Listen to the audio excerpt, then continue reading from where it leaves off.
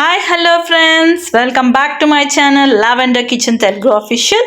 ఈరోజు నేను చూపించబోయే రెసిపీ ఉల్లి పొరక ఎగ్స్ అండి. మనం ఉల్లి పొరక అంటాం, కొందరు ఏమంటారంటే ఉల్లి పొరక ఉల్లాకు అంటాం కదా. దీంట్లో మనకి ఆనియన్స్ ఉంటాయి. ఈ పొట్టు ఇది కడుక్కొని తర్వాత కట్ చేసుకోవాలి ఉల్లిగడ్డది. తర్వాత వచ్చేసి నేను ఒక ఆనియన్ కూడా తీసుకున్నాను, ఎందుకంటే ఇంకొంచెం కర్రీ ఎక్కువ కావాలని. ఇది జస్ట్ ఫ్రై ఐటమ్ అండి, విత్ రోటీతో సర్వ్ చేసుకుంటే బాగుంటుంది మనకి. ఇవి వచ్చేసి ఇప్పుడు కర్రీగా ప్రిపేర్ చేసి చూపిస్తాను మీకు. దీనికోసమని 6 eggs తీసుకున్నాను. ఎగ్స్ ఎక్కువ ఉంటే కర్రీ బాగుంటుంది. ఆయిల్ వేసుకోవాలి మనము. నేను ఇందులో అయితే మీరు ఏమేస్తారో నాకు తెలియదండి. నేనైతే జీలకర్ర ఆవాలు కానీ సాజీరా కానీ ఏమి వేయను. ఫస్ట్ దీన్ని కట్ చేసిన ఆనియన్స్ ఉన్నాయి కదా, అవి వేసేసుకున్నాం మనము.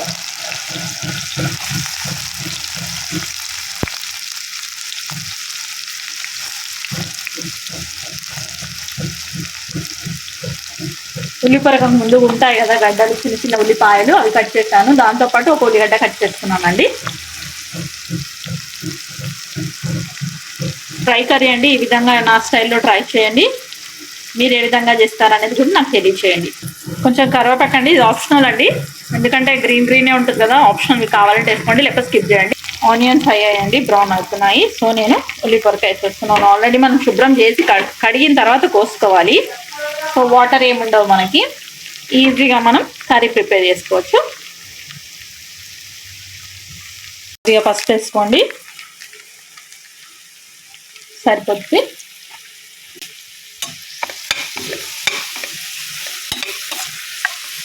ఇది మనం ఎక్కువ తీసుకుంటే కొంచెం ఆకుకూరలు తెలుసు కదండి, అంతే. కాకపోతే కర్రీ టేస్ట్ చాలా బాగుంటుంది. నేను రోటీతో సర్వ్ చేస్తాను. కొద్దిగా సాల్ట్ వేస్తున్నాను నేను. ఎగ్స్ వేసిన తర్వాత దానిపైకి ఏం చేస్తాను, అందుకని. కొంచెం అల్లం వెల్లుల్లి పేస్ట్ యాడ్ చేసుకోండి. చూడండి, నేను ఎగ్స్ కొట్టాక చూపిస్తున్నాను.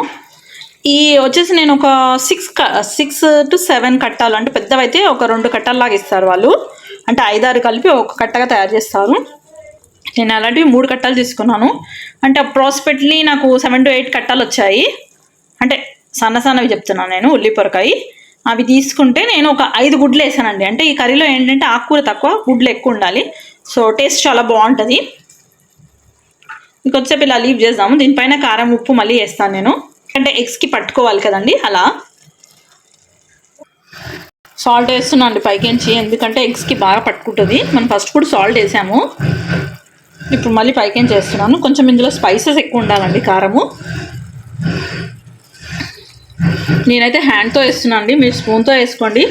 ఒకవేళ హ్యాండ్తో వేసినట్టయితే మీ చేతులు బాగా కడుక్కోండి,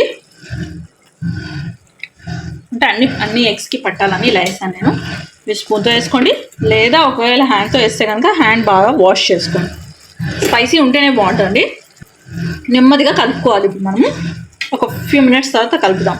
ఇప్పుడు మనం మెల్లగా ఎగ్ తిప్పుదామండి, ఎందుకంటే మాడుతుంది కింద, అందుకని. ఇంకోటి నేను కుక్కర్లో వేసాను కదా, స్టీల్ కుక్కర్లో, ప్యాన్లో ఉందని వేసాను నేను, అంతే.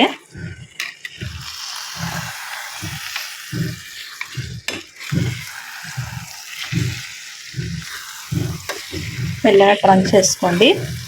ఇది కాగినాలాగా అవుతుంది కర్రీ.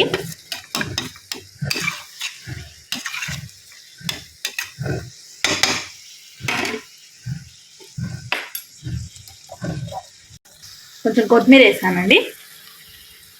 చూడండి, కర్రీ మంచిగా అవుతుంది. ఇంకొంచెంసేపు కావాలి మనకి. కొంచెం ధనియా పౌడర్ ఇంట్లో చేసింది కొంచెం ఎక్కువ వేస్తున్నాను నేను. అలాగే ఇంట్లో తయారు చేసిన గరం మసాలా చిటికెడు వేస్తున్నాను. చిటికెడు వేసానండి, అంతే. చూడండి, ఎగ్స్ బాగా కలుపుకోవాలి మనము.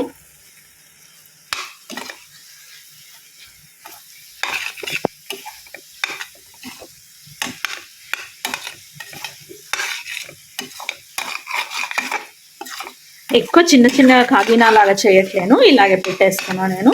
కాకపోతే బాగా ఉడకాలి, ఉడకకపోతే నీచు వాసన వస్తుంది. అందుకే గరం మసాలా కూడా బాగా వేసాము. ఇది ఉడికేటట్టు చూసుకోవాలి మనము. అంటే ఏంటంటే కొంచెం మంచిగా మగ్గించుకోవాలి. ఆయిల్ ఎక్కువ ఉండాలి ఇందులో.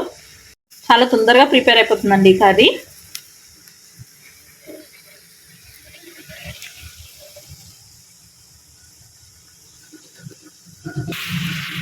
చూడండి, ఆల్మోస్ట్ కర్రీ రెడీ అయిపోయింది. ఇదండి ఆయిల్, చూసారా, ఆయిల్ రిలీజ్ అవుతుంది కదా. ఇదండి పొడి పొడిగా వచ్చింది కర్రీ బాగా. రోటీతో రైస్తో దేంతో తినొచ్చు, బట్ నేనైతే ఇప్పుడు రోటీతో సర్వ్ చేస్తున్నాను. మీకు కనుక నచ్చినట్లయితే ప్లీజ్ లైక్, షేర్, సబ్స్క్రైబ్ అండి. Thank you for watching. Thank you for time. Thank you.